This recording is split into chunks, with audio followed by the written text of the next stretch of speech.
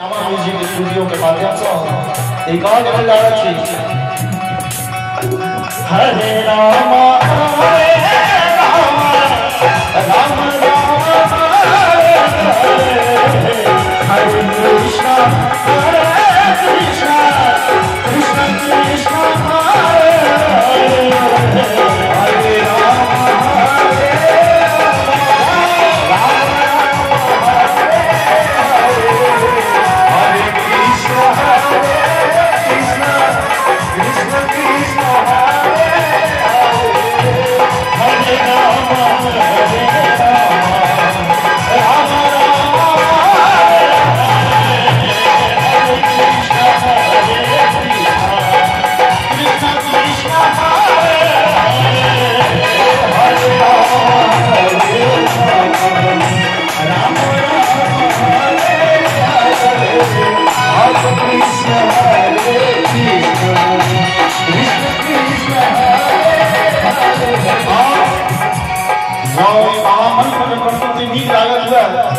तीनों हाथ में आकर कंपनी बजे हुए हरे राम हरे राम राम राम हरे कृष्णा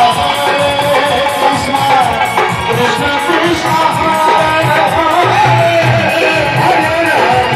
हरे कृष्णा कृष्णा हरे हरे हरे राम हरे राम राम राम हरे कृष्णा कृष्णा कृष्णा हरे हरे राम हरे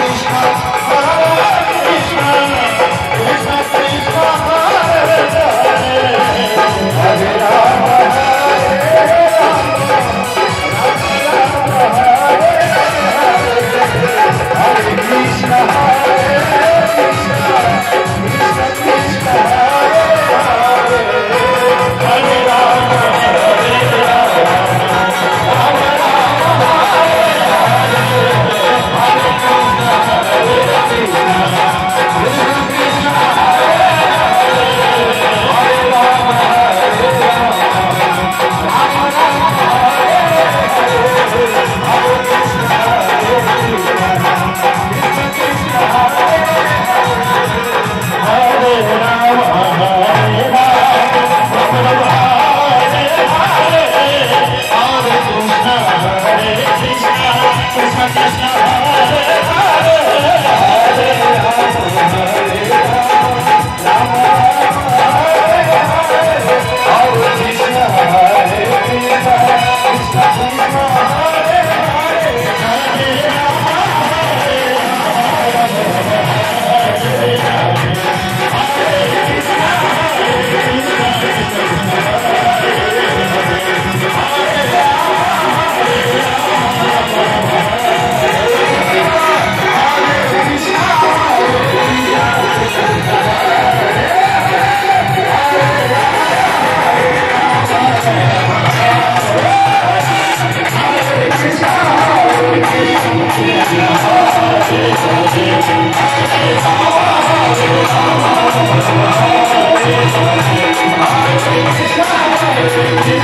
Hare